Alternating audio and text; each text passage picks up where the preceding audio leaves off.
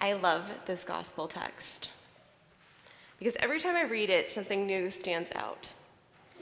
This week, it was God saying, I love you, but be quiet. Maybe for others, it's more relatable. I love you, but stop. I can only imagine this is part of the point God was trying to make with our dear Peter in today's passage. To start us off this morning, we have to look back and remember what our gospel was last week and how this gospel continues to hearken us back. The text starts out 6 days later. Can we remember what passage came right before this one? Right? It's referring to Peter taking Jesus aside, and Peter began to rebuke him. Lord, never, as in forsaking or foretelling of the coming of the crucifixion can't take place. He said, this shall never happen to you. Jesus turns to Peter and says the famous lines, get behind me, Satan. You are a stumbling block to me. You do not have in mind the concerns of God, but merely human concerns. Harsh words, but Jesus was trying to tell Peter, this is going to happen. Get ready, prepare. We have no firm idea of what happened next or over the next 6 days. But then today we have Peter and John traveling with Jesus up the mountain. And when they get there, what do they see but Moses and Elijah talking with Jesus? So Peter says, let's make a dwelling for the three of you up here, AKA, let's keep you safe here. One, if you were Jesus, would you have been able to stay quiet? Or would you have rather turned to Peter and chided him because he didn't get it in the last passage? And I love how kids do this, right? You tell them something, but 30 seconds later, something almost identical to their last question comes back out. But I think if we're all honest with ourselves, and if I'm honest with myself, there are times I do this, and it's quite often. How many of us have our little handy-dandy phone computers in our hand all the time, and you ask your spouse or someone around you a question, and you're not really listening, you're hearing them. It's our human nature. But what we also don't want to miss this morning is Peter is attempting to keep Jesus safe. For Peter, it is the workaround of not having to have Jesus go to the cross and go to the crucifixion. He wants him to just stay. And Peter is one of those folks in the Bible that we continually get to shake our heads at. I mean, Peter is the guy who jumps out of the boat and tries to run across the water to Jesus and then starts sinking. Peter is the one who will deny Jesus 3 times before morning. Peter is simply Peter. But I think there is something in him that we all can easily relate to. We all have the heart to believe, but sometimes our humanness gets in our way. Often we get in our own way. Instead of Jesus having to side-eye Peter, the bright cloud, God shows up and says, this is my son, the beloved. With him I am well pleased. Listen to him. And we've heard these words, right? In our reading, we hearken back to it. They're the words at the baptism of Jesus. But did you notice the little add-on on this one? Listen to him. God is that ultimate guardian who has had enough, but still says, I love you, but stop. Be quiet and listen. And it is interesting to note that the word is listen and not hear. These two words are so often interchangeably used in our society today, right? But the reality is, they're two very different meanings. Hearing is simply to take in the noise and not to process them.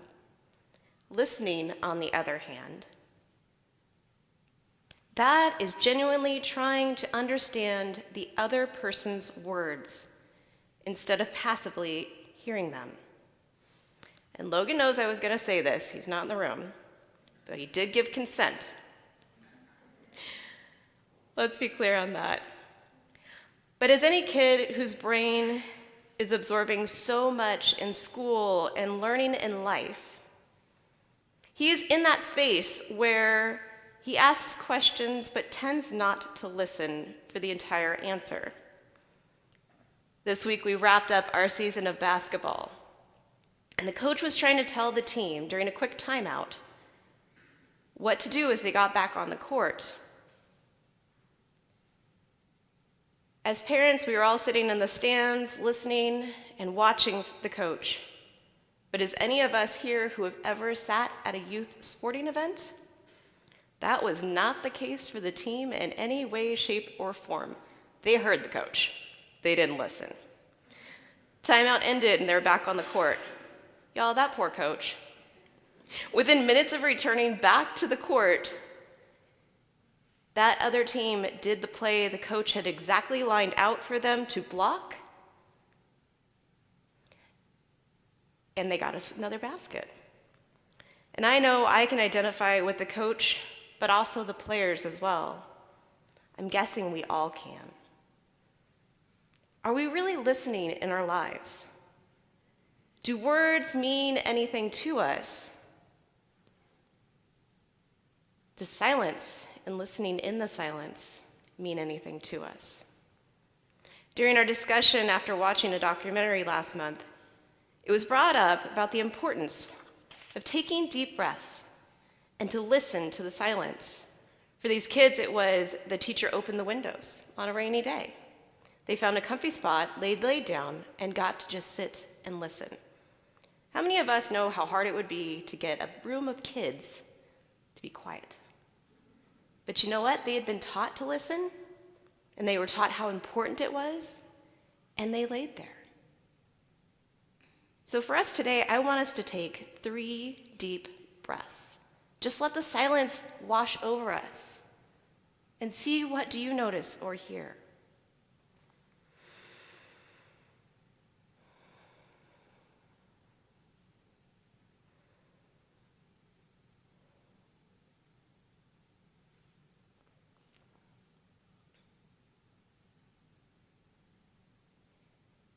It is in true listening, sometimes even in silence, where we truly live into our calls from God, to not run our mouths all the time, but to listen. I mean, we all know how important in our relationships it is to stop and actually listen to each other. But that's really hard. We live in a world where it seems where to be seen and heard oftentimes means being the loudest in the room. But the reality is what we need in our lives and in this country is for more people to be genuine listeners, so that prophetic voices can rise above the continuous noise. What does it look like for us to be in those spaces and truly listen? How many times have you been in a room or a meeting where your brain is screaming, add something to this discussion? If you don't speak up, someone is going to think you're not paying attention. Or worse, you don't have anything to offer and be here. We truly live in a society where we need to be loud to feel valued. But I think if we really stop and we think about that truth, is it a truth? Or is it a lie that we have told ourselves because others tell themselves the same lie? The reality is, and most likely, we all know this from personal experience, is oftentimes the most respected and lifted up people in our lives are the quietest. The ones you know who are listening. And when they speak, they do so with such authenticity and meaningfulness, you know those words will stick. It would be amiss if I didn't mention the rest of the gospel. The beautiful, powerful imagery of Jesus' transfiguration. The continuation of Jesus showing his disciples, as well as us today, that he is bigger than we will ever wrap our heads around. Jesus being fully human and fully divine. The point for us is that Jesus didn't stay on the mountain like Peter wanted. Jesus continued on. While transfiguration is an important part of the journey towards the cross and resurrection is where our call lies. A theologian and friend of mine wrote on Facebook earlier last week, if our faith is rooted in seeking the transfiguration mountaintop experience rather than the crucifixion mountaintop experience, we have completely missed Jesus' call for us to take up our cross and follow him.